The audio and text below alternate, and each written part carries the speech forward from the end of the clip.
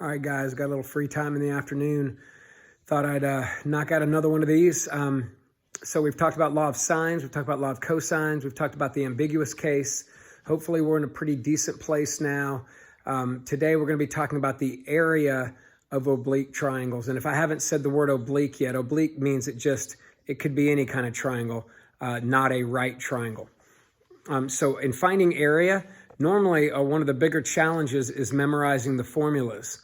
But this year, because we have an open notes test due to coronavirus, that probably is not going to be an issue for you. So as you're checking out this video, just keep in mind that you're going to have the formulas in front of you. And I was pretty sure that I had given them to you, but I searched around. I had to go all the way back to, I think it was maybe page 8.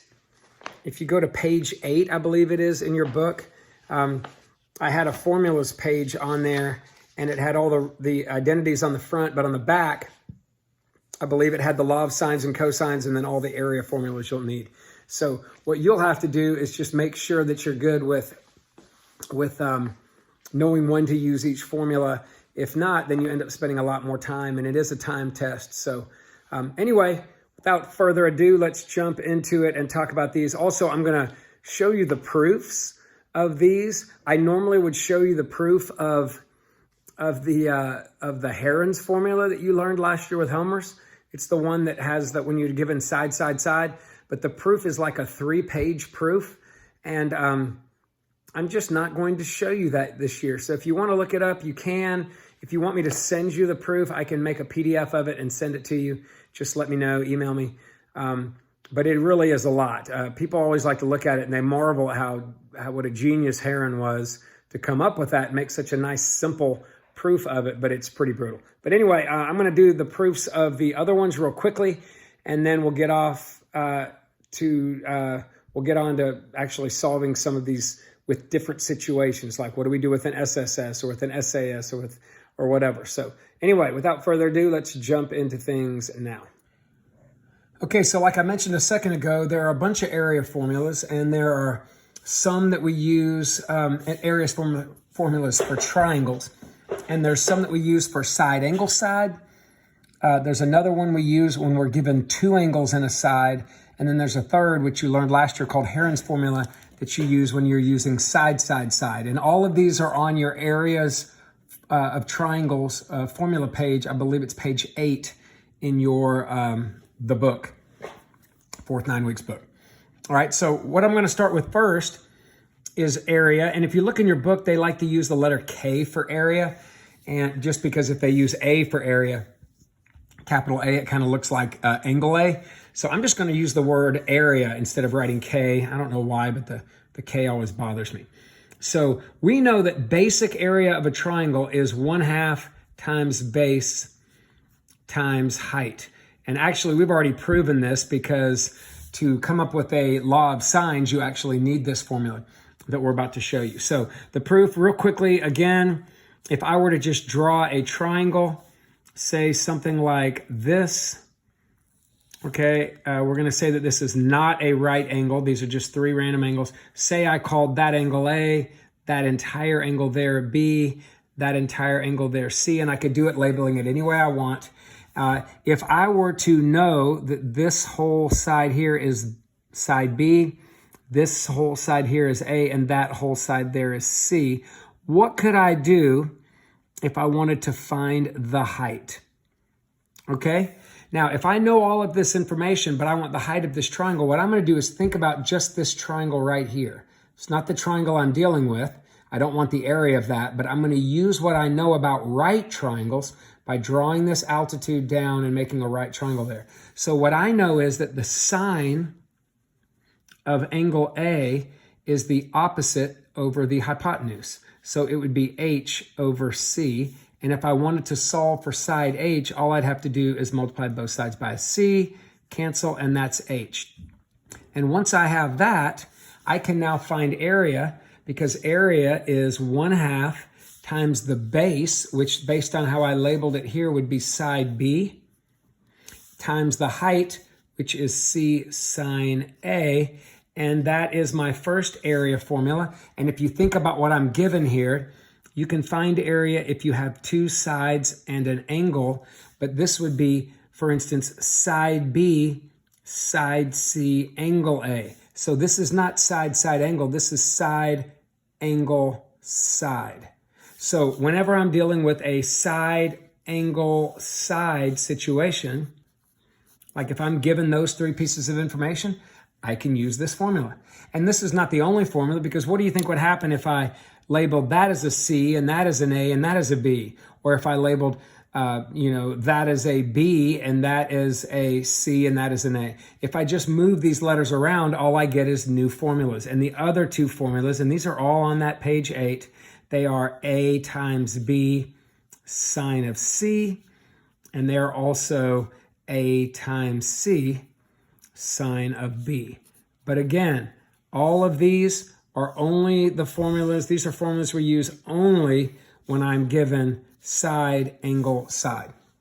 Okay? So remember those formulas. Now, if you just label those well, again, on this particular test, it's open notes. All you got to do is make sure you understand what kind of situation you have. So if I were to give you something like A is 10, C is 12, and angle B is 122, don't look at this and go, oh, side, side, angle. No, I have two sides and an angle, but the B is in between the A and the C, right?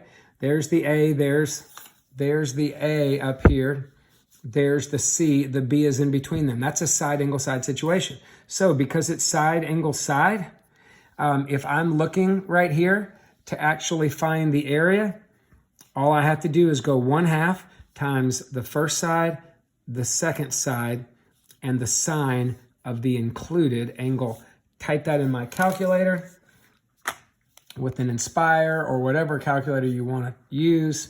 And I get, and you don't have to do 1/2, you can do 0.5 times 10 times 12. And I know that 10 times 12 is 120 and 1/2, and 120 is 60. You can do that too, but whatever. I'm just showing you it all plugged in here. And then the sine of 122, which I don't think you know off the top of your head, gives you we'll call it 50.9. And on your test, it's multiple choice, but normally you would write units squared, okay? Or squared units. If it was feet, you'd write feet squared or square feet. All right?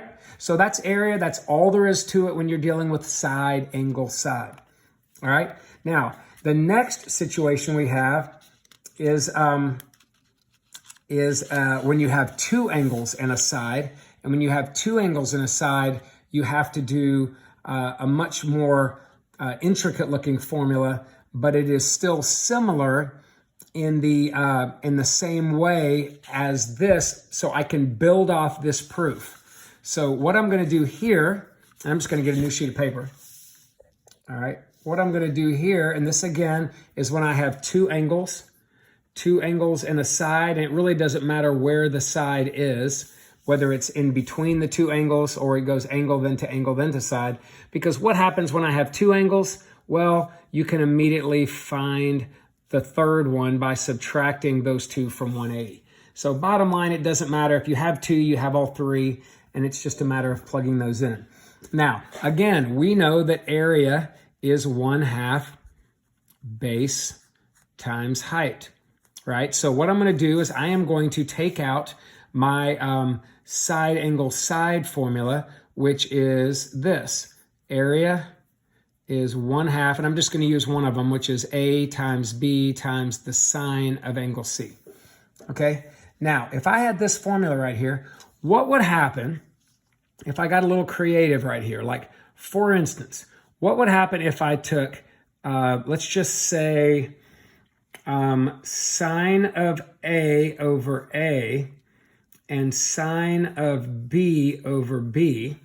Okay, what if I did that, took this law of sines and solved for one of my letters? So I'm going to cross multiply right here. You could use your slide rule again if you want to.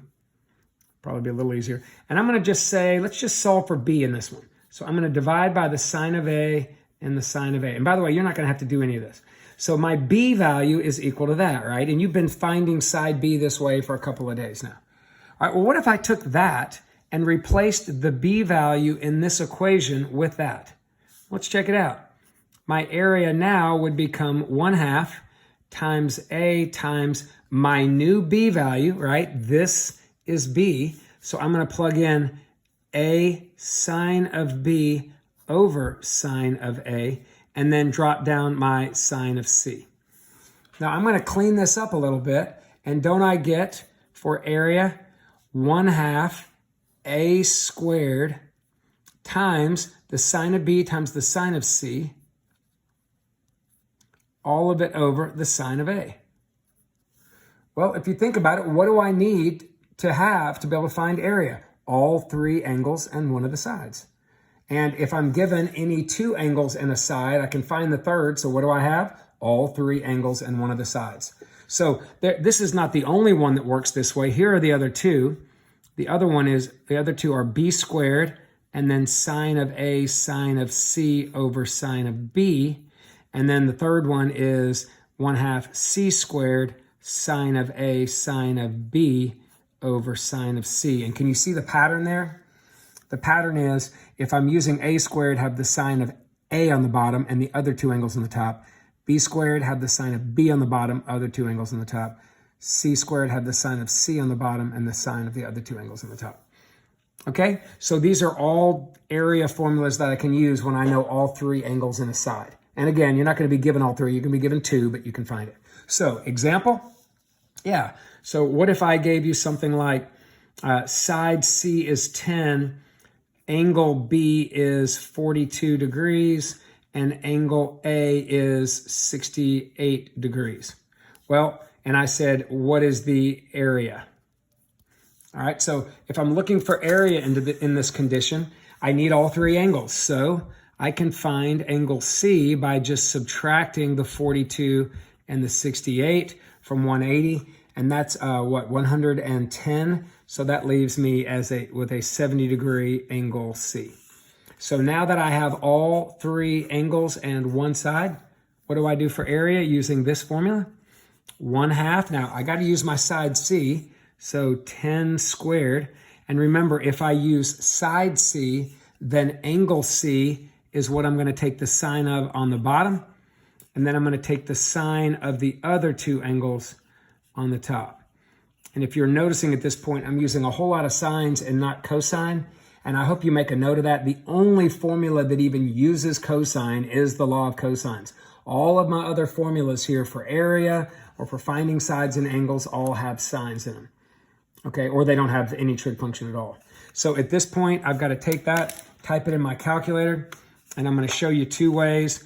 If I'm dealing with an inspire, let me slide this over right here. So if I'm dealing with an inspire, I can knock this out in a number of ways. One thing I can do is go 0.5, right? That's a 0.5, even though it's kind of hard to see it. Here's 0.5, right? And then I could go times 100 or times 10 squared. And then you can go times, and now if you want to make the fraction, make the fraction, okay? And I can do sine 42, come out of the parentheses, times sine of 68, go down, and then sine of 70. All right, and if I'm in the right mode, there's my area, 33.0. I'm just going to call it 0.0 since I haven't been rounding, so how about 0.01 units squared?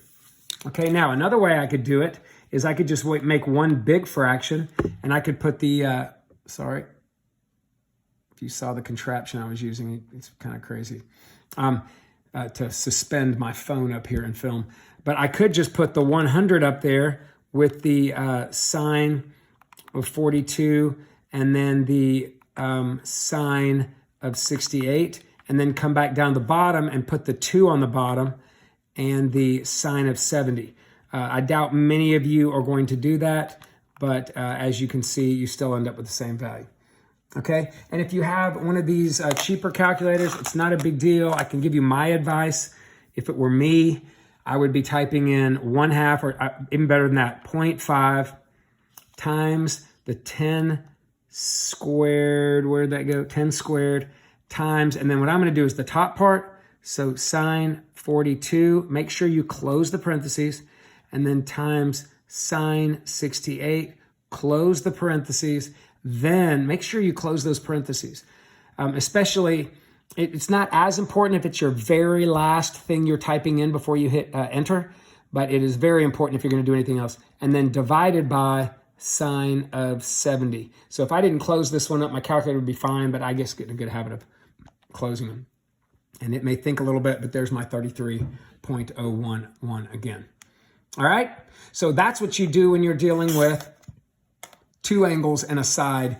And again, you have the luxury of not even having to memorize these three formulas. I would just keep your formula sheet handy. Hopefully you'll have them memorized anyway, but keep your formula sheet handy when you're about to take your test, and it won't be an issue. Okay, now there are two others that I'm going to talk about. The one that does actually have a proof is the Heron's formula. And I mentioned in my little introduction that Heron's formula, all right, so Heron's formula, and you learned this in geometry. If you don't remember it, no worries, I'm about to give it to you. Heron's formula is dealing with side, side, side. Okay, so when you know all three sides. Now, I mentioned in my introduction that the proof is pretty cool, and if you want to see it, I can send it to you. It's pretty tough to follow unless you kind of know, because he jumps around on this proof a lot. He doesn't really spoon feed it to you. But I'll go over it again next year. So if you're in my class, great. If not, and you're not in my class, I will next year, but if you're not in my class and you really are interested, feel free to drop by anytime and I can pull it up and kind of show it to you. All right, so here's Heron's formula. Heron's formula is a way to find area when you're given all three sides. Now, what he has managed to do through this incredible algebra that he does is he's managed to simplify it into a nice, neat formula. But in doing that, he has to introduce this value of S. And S is what we call the semi-perimeter. And you know that the perimeter of a triangle is just the sum of the sides. Well, a semi is half the sum of the sides. So I'm going to have to know that. That is a part of my formula. In fact, if anybody were to ever to say, what is the area? Don't just give them what I'm about to write here under the radical. Give me both. Because if all I do is write this, and this is the actual part that goes beneath the radical, it's the semi-perimeter times the semi-perimeter minus one side times the semi-perimeter minus another side times the semi-perimeter minus the last side. So it's S times S minus A times S minus B times S minus C. Okay, if I only write this part, people are going to go, what the heck's S? So you got to make sure you tell them what S is. Now, if you saw the formula, you'd be blown away, but I'm not going to go through that. I'm just going to give you an example. So what would happen if I told you that A was 10, B was 12, and C was 25? Well, if I gave you those three sides, I hope immediately you go, Mr. Hurry, that's not a triangle. If my two small sides don't add to my third side, then the triangle doesn't exist. Well, if I were to actually try to do this problem, what happens when I do 25 plus 12 plus 10? I get 47. What's 47 divided by 2? Well, it's 23.5. That would be my semi-perimeter. What happens when I do 23.5 minus 25? Oh, I get a negative. What happens when I square root a negative? Oh, I get an imaginary. That's why triangles like this don't exist. Now, I doubt I'm going to sneak something like that on a test, but I have in the past, but we'll see what happens. But if you did do all that and you calculated all that, you're going to get a big error mode or an undefined message on your test. Okay, so now here's one that actually can work. What if I said A is 10, B is 12, and C is, let's go with 18. Okay, well, in this case, the two smallest sides add up to greater than the other one. That's not a hypotenuse, it's just the biggest side, because this is not a right triangle. So I can definitely find the area of this. So what do I do first? I find my semi-perimeter. Again, I'm finding area. Okay, so my semi-perimeter would be the sum of the sides over 2. So that gives me 40 over 2, which is 20. Okay, and a lot of times I might make them kind of nice and neat and make them end up being even numbers so you don't get a decimal. But I probably honestly will not do that on this test because it's open notes and you've got a calculator and all that stuff. So if the semi-perimeter is 20, then how do I find area? Well, I take the semi-perimeter and then I multiply by the semi-perimeter minus the first side semi-perimeter minus the second side, and semi-perimeter minus the third side. And you can see on all of these, I don't get any negatives. And that gives me 20 times 10 times 8 times 2. And then if you wanted to, I guess you could you could actually do this manually and say, well, that's 16 right here. So the square root of 16 is 4. I could pull a 4 out.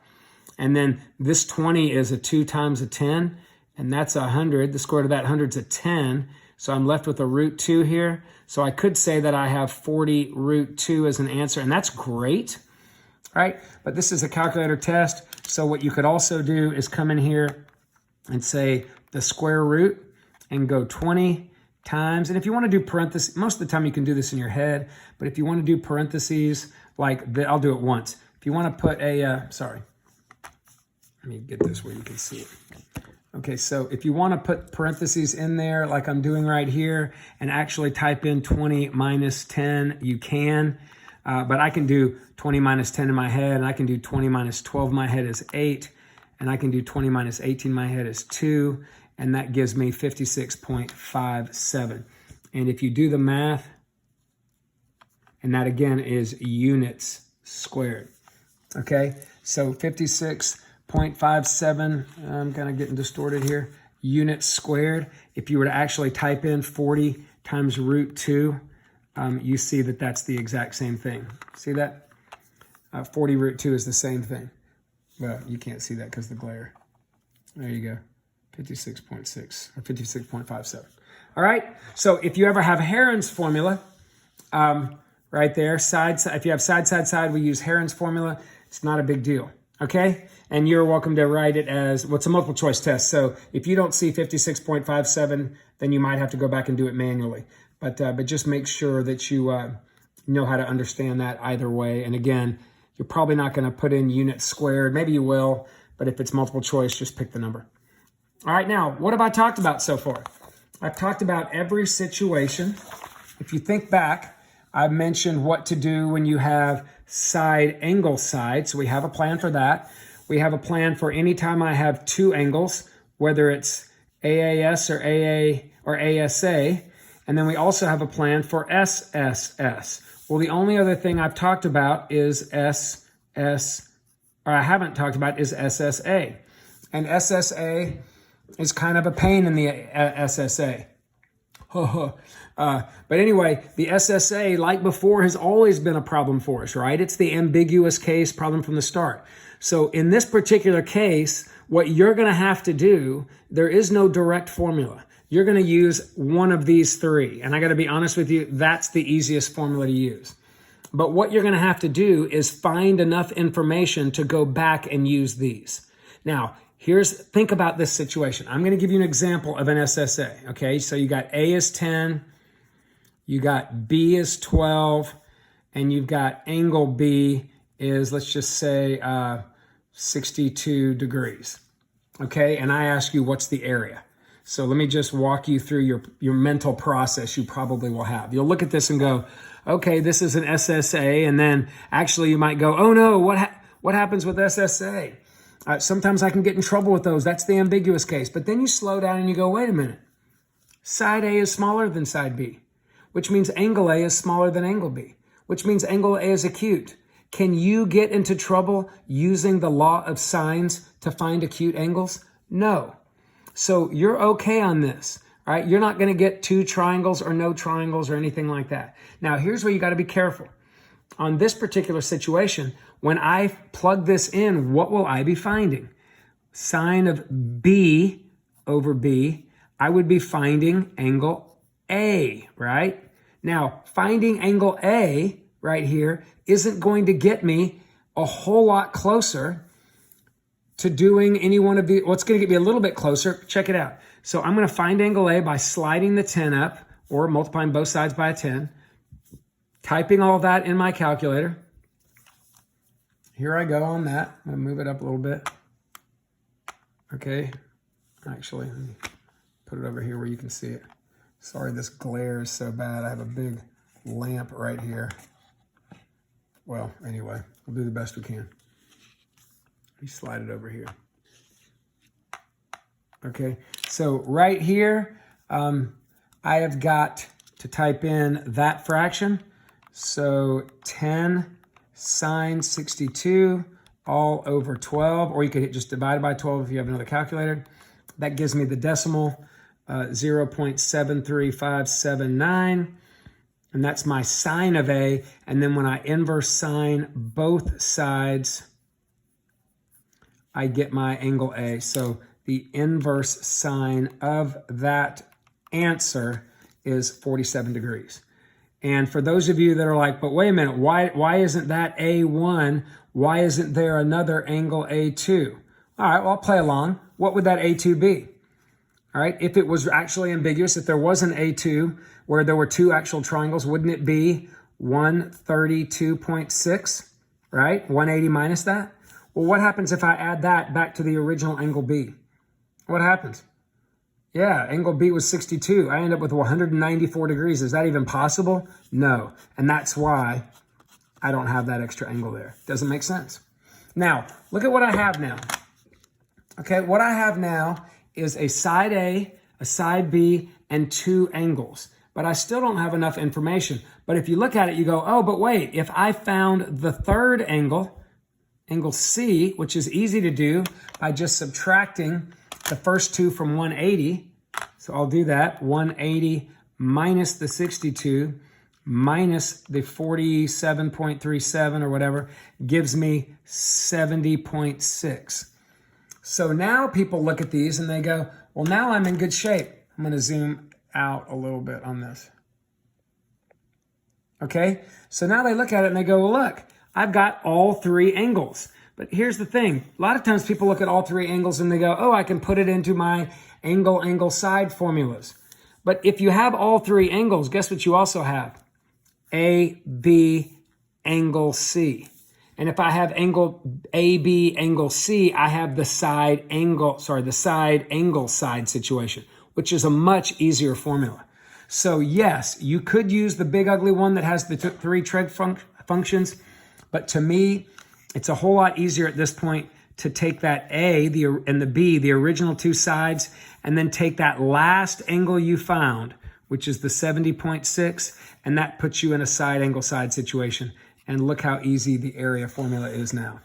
So area equals 1/2 times the A times the B times the sine of the included angle. Now remember, you can only do this with side angle side, and that's what I have now. Even though I started SSA, now I'm looking at a side angle side situation. So I'm just going to type that all in my calculator. And I know I'm not showing you this right now, but I'm pretty confident you can type that in your calculator, even if you do all four parts, or go, that's 120, half 120 is 60, and just multiply that by sine of 70.6. You're going to get 56.59 if you were doing that. We're actually rounding to the tenths. Let's just stick to it. So 56.6 units squared. All right.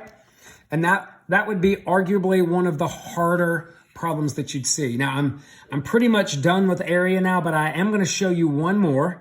And if you think you can handle this, just hear me out for a second. What would happen if the side angle side situation I gave you actually belonged to two triangles? And remember that? We said that you get two triangles when you're looking for that first angle that you need, and you go, wait, it could be obtuse. And when it's possible for it to be obtuse, that means if your calculator gives you an answer, you really have two. Well, if you're able to have two triangles, then guess what? You got to find both areas.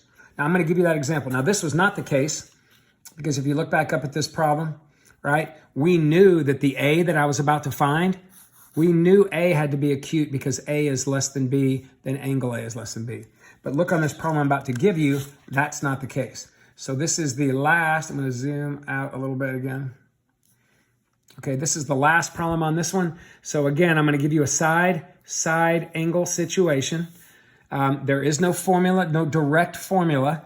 And then let's just say I gave you B is 10 and C is 13. And then I'm going to go with, how about angle B is, I don't know, how about 31 degrees?